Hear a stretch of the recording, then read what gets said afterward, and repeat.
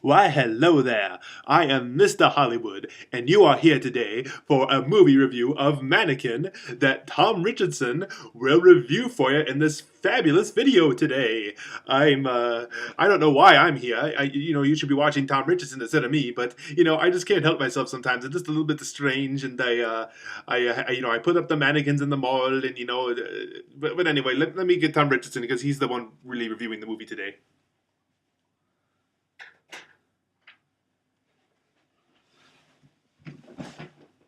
So hey guys, that was my little impression of Hollywood, who is a character in the movie. If you want to know what he looks like, there's actually a picture of him on the cover here. This one's for the sequel, but yeah, that's him right there. But yeah, I had the Mannequin 2-pack on DVD. Really hard to track down, actually. Kind of a long story as to how I got it, but today I am going to review the film Mannequin for you today. And Mannequin is a story, you guys, where this guy who is basically a mannequin sculptor loses his job. People, or his boss wants him to, push these mannequin dolls out the door quicker than how he's doing them. He takes, it takes him about it takes him about a month to get two or three mannequins out the door, and obviously they want to do a lot more than that. And so, he looks around for work, and nothing's really working out. He tries a restaurant and all those other jobs that just really don't work out. But he does eventually land a job at a shopping mall. And ironically enough, he gets to work with some of the mannequins, and he gets to set up the display that the mannequins are going to be shown at for one of the stores in this mall. I think it's called Prince and Company. And while working there, he finds out that one of the mannequins that he absolutely fell in love with, while working as a mannequin sculptor, gets used at this one store that he's working at. And so he really loves that he's working with this mannequin, and he's able to set up these mannequins at this mall and the store. And then miraculously one night, and they show this very early on in the film as to how this mannequin is kind of living and breathing and things like that. But one of the mannequins does come to life, and it's the one that he really is attracted to, and the one that he fell in love with when he was working as a mannequin sculptor. And she comes to life, and she's basically the perfect woman for him. And that's a good thing, because the relationship this guy is currently in really isn't working out, and this girl works for a store that is in a way a competition to the store that he's working for. So he's pursuing this relationship with this girl, and he really loves this mannequin, but for some odd reason he's basically the only person who can see her living and breathing and acting this way. Everybody else views her as this mannequin that he's carrying around in a store. So this movie is also really about too how kind of this mannequin is kind of the voice of his inspiration, kind of how it being with this girl inspires him to come up with these mannequin displays that all these customers and all the people he works for at this mall really get impressed by when he sets up the display by the morning time when the mall opens. And so the movie's also really about too how all these other stores want this guy to come work for them, since his mannequin displays are so successful. But he wants to stay there because he loves this girl so much, and he loves this job so much, and he likes working with this Hollywood guy that I did an impression for earlier. And so there's just so many things about this job that he loves, but after a while things get really out of hand, and both his job and the girl mannequin that he falls in love with start to become at risk of um, they get into a situation that's hard to get out of, I guess is the best way to put it. But I really liked Mannequin, you guys. This is definitely a film that I'll show you the cover again. This is a film that I was really hoping to see for a while now. And there is a Mannequin 2, which I'll probably review at some point here soon. But yeah, this is for the first film here. But yeah, it's definitely a film that it's very hard to track down, actually. I think that's the reason why it took me so long to get around to watching it. But, finally got around to getting my own copy of it, and it's just a really well done 80s film. It definitely is an 80s film for sure. So go into this film knowing that. Go into it knowing that there's a lot of aspects of this film that obviously are pretty outdated for the most part, but it is a very much an 80s film. So if you love weird science and 16 Candles and things of that nature, it's definitely kind of in the same vein as that, where it's goofy, it's silly, it's in the 80s for sure. It's definitely trying not to be a modern day film by any means.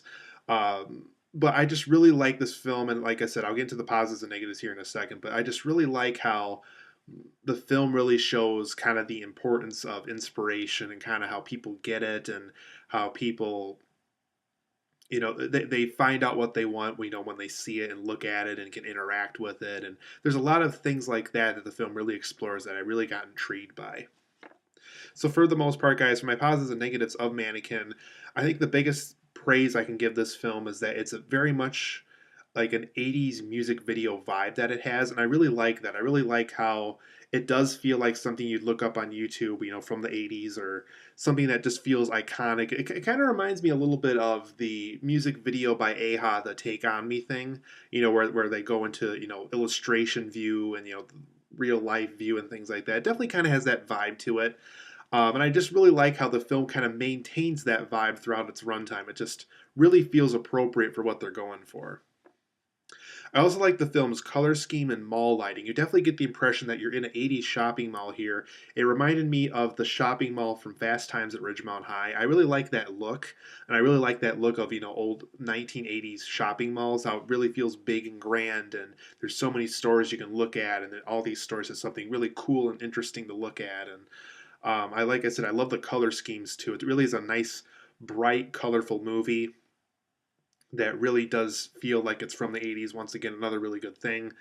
And then my other big praise of the movie is I like the character of Hollywood a lot.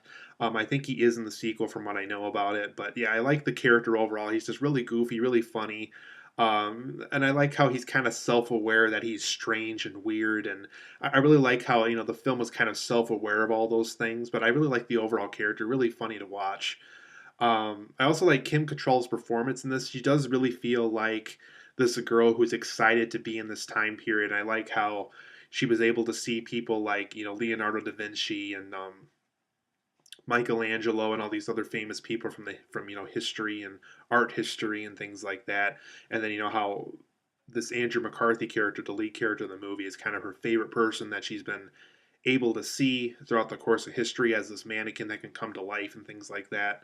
But yeah, I really liked Kim Cattrall's performance here. Just a really fun and lovable performance. I really liked watching her in this movie. And for those who don't know her, she's from Sex and the City. She's one of the ladies in that group from that movie, or from the TV show as well. I like how also the mannequin exists as Jonathan's the Andrew McCarthy character. I like how she's kind of his voice of inspiration, kind of how doing these really wild and crazy and fun things at night while he's working at the shopping mall really kind of inspires him to do these really great mannequin displays for this mall that people just fall in love with, and that his boss and that the customers love and things like that. I really liked that aspect of the film. I thought it was very interesting in how they handled it. The film also explores the tragedy behind this romance, how, this girl is a mannequin and how this guy's really the only person who can see her like this.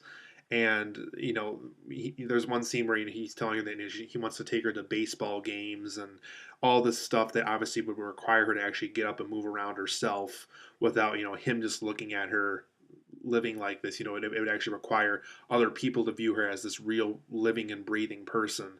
And I like how the film kind of explores that tragedy, how he's really the only person who can see her like this, and in his world she could do these things, but in everybody else's world she's just a mannequin in a shopping mall. I really like how the film explores that tragedy of the situation. It does it really well also. I also like the goofy 80s fun that this film has. It's a really fun 80s film. You just got to go into this film knowing that, and if you do, I think you're going to have a lot of fun. Don't go into this thing expecting something ultra serious. It's definitely not one of those kind of films at all. So go into it knowing that it's a very goofy but fun 1980s movie. I also like this dog in the movie who is the security dog of the security guard who works at the mall. He has a dog. Well, he has two dogs, I guess, throughout the course of the movie. One who's named Rambo and the other whose name is Terminator. And I like how, because this is made in the 80s and because both those films came out in the 80s, the guy has reasonings as to why they're called the names that they are, and how he references these movies and things like that. So really liked how they kind of created the names of these dogs and stuff like that. Just really fun to watch. But for the negatives of Mannequin, you guys, I thought the overall execution of the film was a little cartoony. And I know that's definitely the vibe maybe they were trying to go for. But after a while, the cartoony execution does feel a little bit too much. Everything else is great, but if I really could change one thing about Mannequin, I would definitely say that cartoony vibe that they were going for. I love the 80s music video vibe that they went for. That's obviously the biggest praise I had for the movie, but the overall execution felt a little bit too cartoony for my taste. The ending of the film does feel pretty cheated. I felt like they kind of went against things they were talking about earlier, and situations that they had problems with earlier in the movie, and it all just kind of gets blown away, and they just kind of completely ignore it by the end of the movie. Be like, oh well, we need to wrap up the movie, so we'll cheat and we'll just allow this one thing to happen to make the plot work.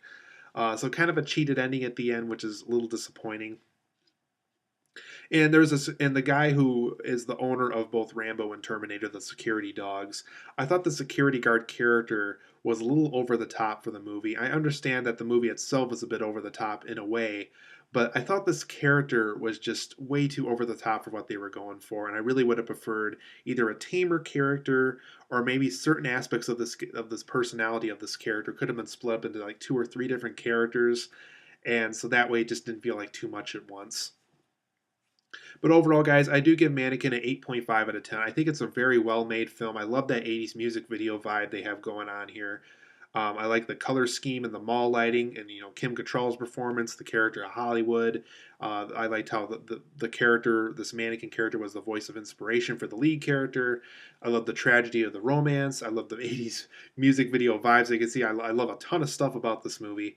But like I said, that cartoony execution, the cheated ending, and the over the top security guard kind of brought the film down by a little bit. It kind of brought it down from films like Weird Science and 16 Candles and things of that nature. But overall, just a really fun 80s film. If you like this kind of stuff, if you like man's view of the perfect woman and things of that nature, I definitely would recommend seeing Mannequin. Like I said, it is very hard to track down. It took me a while to get around to getting my own copy of this, but very good movie. Definitely check out Mannequin if you haven't yet. Go into it knowing it's an 80s film.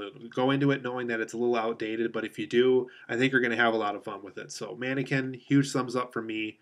Make sure to check it out.